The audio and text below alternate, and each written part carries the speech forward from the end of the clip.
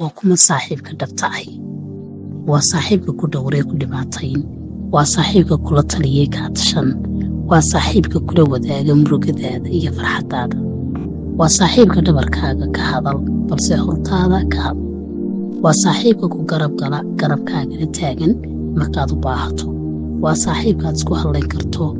Waa saaxiibka haddii niyad jab aad kala kulanto laamaha kala duwan ee nolosha maalmahaas niyadaada ku abuura nolol badan iyo in aanad quusan.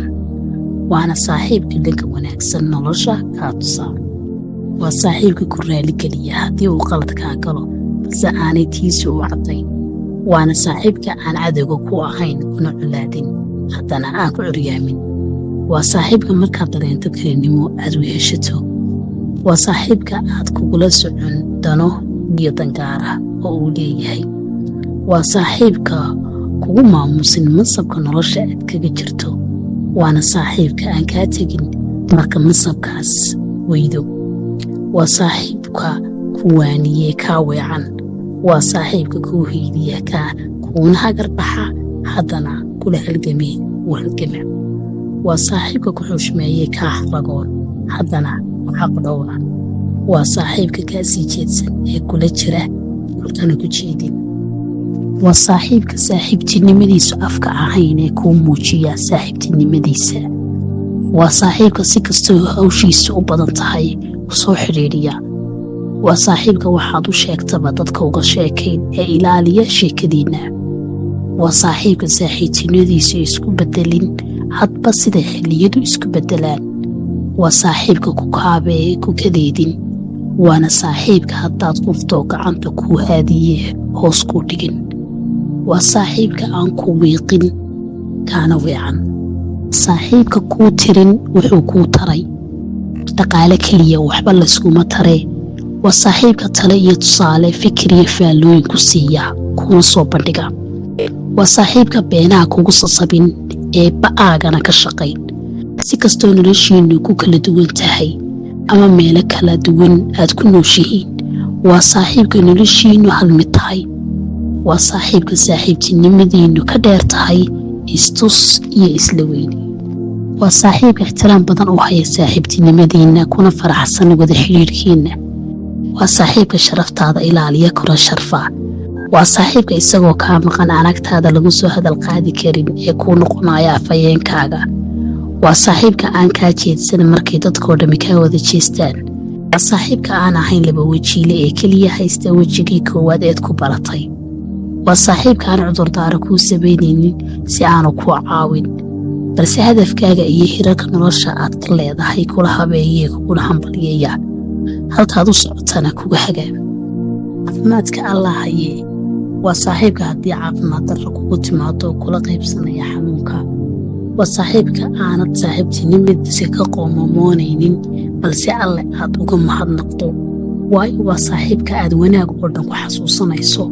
qasab maaha saaxiibkan inuu yahay qof ka mid ah qoyskaaga, xigtadaada iyo xididkaaga sida hooyo iyo aabbo, walaasha iyo walaalkaa, habadaa iyo abtigaa, edadaa iyo adeerkaa, ayeyda iyo awowgaa, dumaashidaa iyo saydigaa iyo wixii la mida.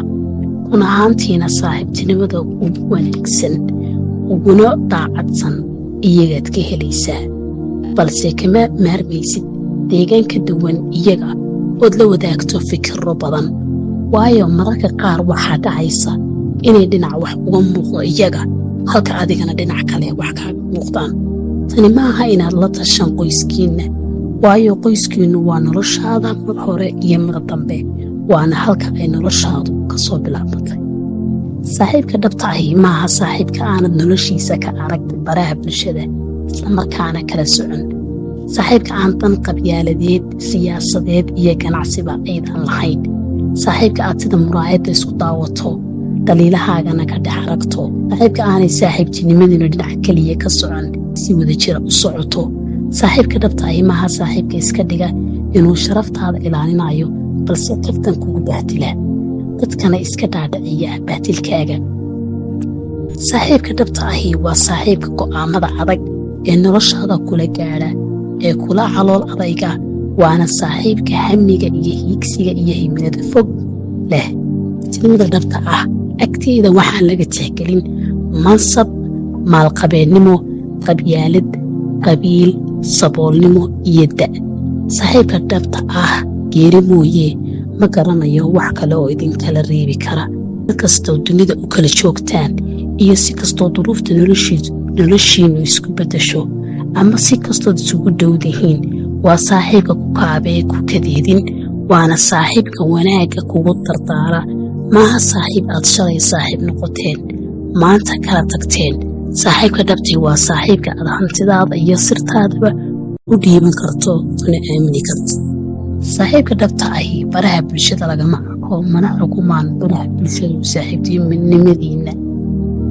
saaxiibadaa way noqon karaan mid iyo inka badan, kuwaasi oo kuu kala buuxiya kaalmo kala duwan oo nolosha ah.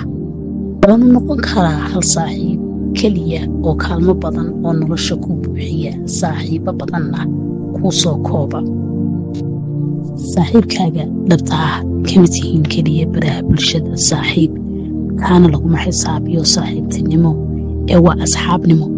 si kastoo baraha bulshada aad u wada joogtaan, haddana miyaanay saaxiibtinimadiinnu ahayn qalbiyo raalli iska noqday oo ku xidhnayn muddo badan iyo maalmo kooban?